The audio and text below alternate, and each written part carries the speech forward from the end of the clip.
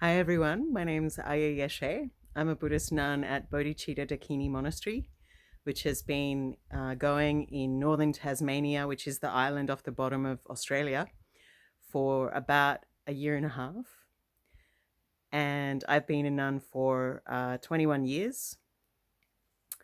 So normally I upload, Buddhist teachings, but today I thought I'd do something a little bit different, which is like cottage core craft because I live off grid and I'm working towards just a little bit of sustainability and self sufficiency. Not very much because we're quite remote and it's a little bit cold to grow vegetables all year round. But I have laid down garden beds and I have a greenhouse, which is awesome. We have a few cabins, people come and visit.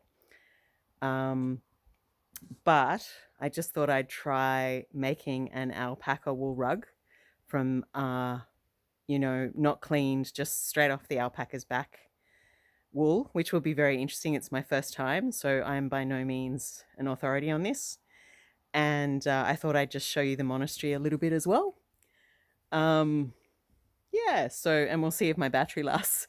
Um, so we have 38 acres, and it's on near a walking track off Quamby Bluff, which is a very big mountain with formations going back millions of years, and we're surrounded by, you can see in the background, UNESCO World Heritage Protected Forest. So it's a reserve. Um, super fortunate and a great place for contemplation and mindfulness and a more peaceful, sane, low impact, sustainable lifestyle. And I feel all of us, in these troubled times probably need sanctuaries we can visit like this. So I think it's an asset to the whole community. People can come and visit, learn meditation, or just, visit and walk in nature.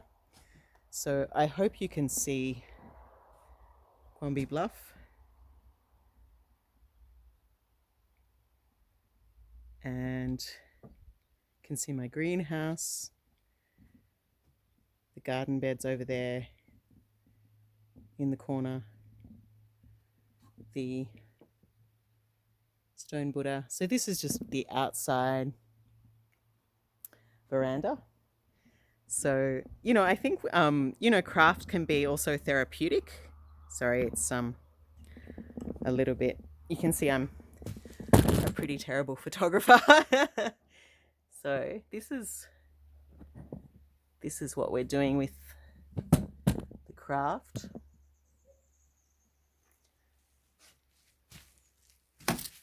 So I wonder if this will be good enough. So basically, you've got some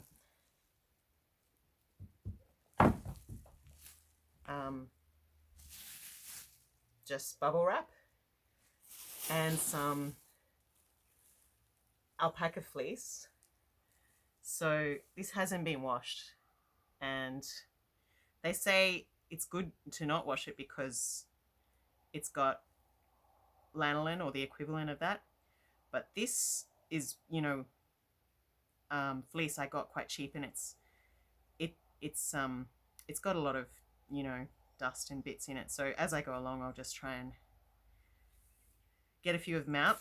So basically, with a felt rug, you lay down the pieces first, like horizontally and then vertically, so that way you've got some kind of a bit like a rug where you've got the warp and the weft, which gives it some kind of strength to hold together. And you lay it out with a rough idea of how big you want it to be. And you just feel with your hands, how thick you want it to be. So you can see I'm really starting from the beginning. I just realized it's a little bit unbalanced. But anyway.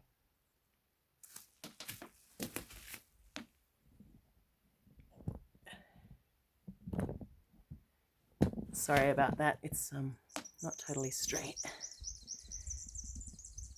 Anyway. All right. So let's see see me craft and make a fool of myself. So, something you can do when you have a craft day, just to get away from the crazy stress of city life, is have a day of mindfulness. And of course you don't want the wind blowing like it is right now. But let's see. I don't have great light in my house. That's why I'm doing it like this. So you're just kind of taking pieces and laying them out like this. I don't think you can see that. Oh dear.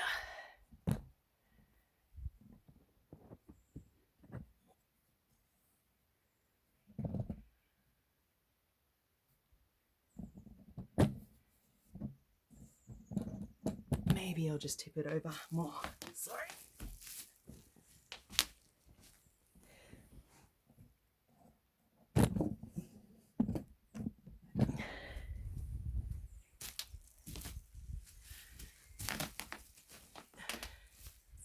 So a day of mindfulness is where you just try to live in the present moment. And you can see I'm going to be in a bad way if the wind picks up. Just cutting off the bad bits.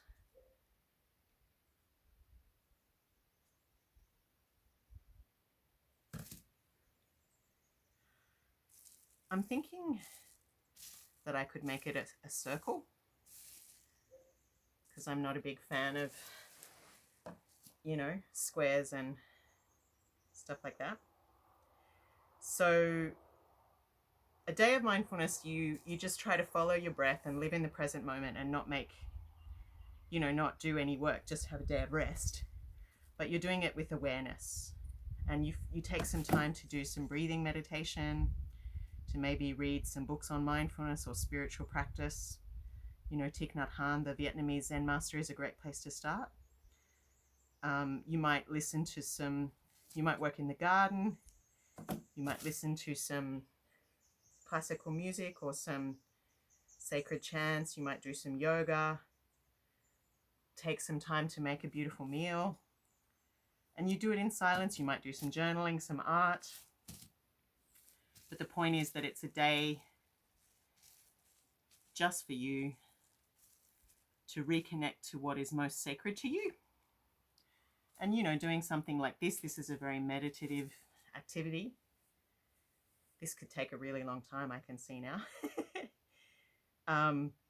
So doing something like this on a day of mindfulness, and even like taking, like in Buddhism, when it's a holy day, we take the 8 precepts, which are not to kill, not to steal, not to lie, not to commit sexual misconduct, not to have a meal after noon. So you just have breakfast and lunch, because it's just, if you're not thinking about food,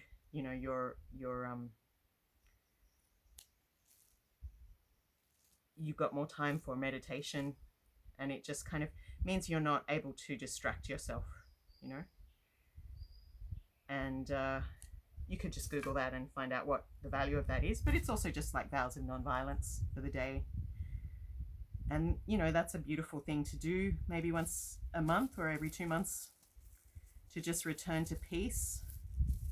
We all need that inner space. You can see I'm not a great craft person here. People might actually make humorous commentaries on me felting. Buddhist nun fails as felter. Yes, so, oh my goodness. I think you kind of want, maybe me cutting it hasn't helped. But anyway, we'll get there. Apparently you just kind of spread it out, but you have to have the fiber reasonably long. And you want the fiber, it's not really connecting as it should. But we'll see.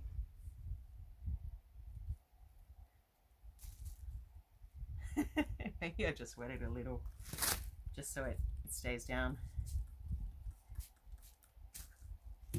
Oh no, that was a bad idea. This is why people stop the video and then add another slice in.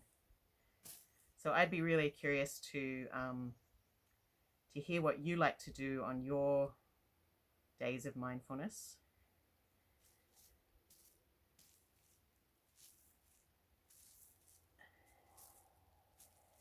Do you like to read books? Do you like to paint? And actually, if you do it in silence, you know, half the morning and then talking in the afternoon, it's something you can do as a group.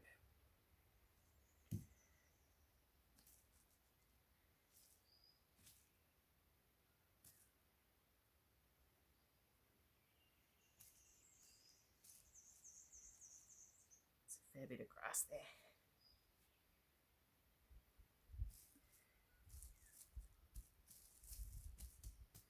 Yeah, so this is, I mean, it's beautiful because it kind of connects us to the work of our ancestors as well, working with your hands. And, you know, the effort required to make things.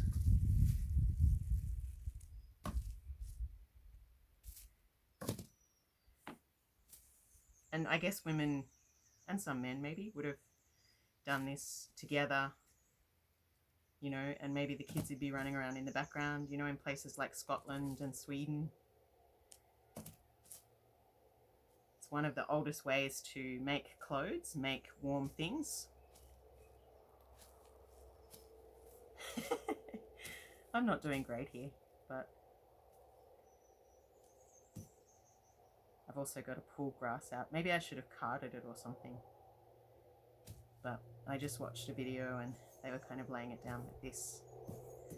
So I'm gonna keep doing that.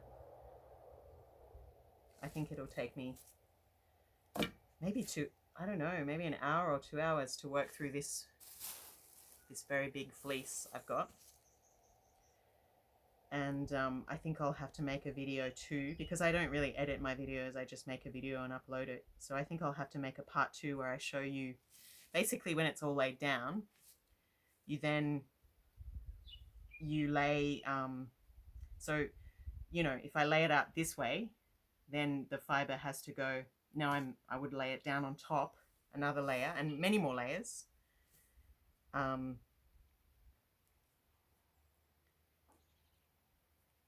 layer on top, you know, and you would make, so it's going this way, and you would maybe make 5 layers or 3 layers, you know, depending on what you want.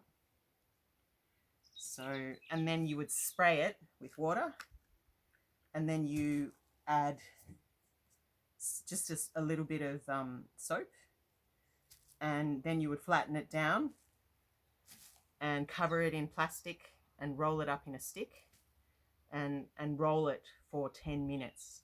So I'll have to make a second part video where I do that, because I can see this is like a much bigger job than I anticipated, because I want to make a larger size rug. So I'll just see how I go, or you can have a bit of a laugh at my abysmal failure. Let's see how we go. Anyway, have a great day and watch out for part 2.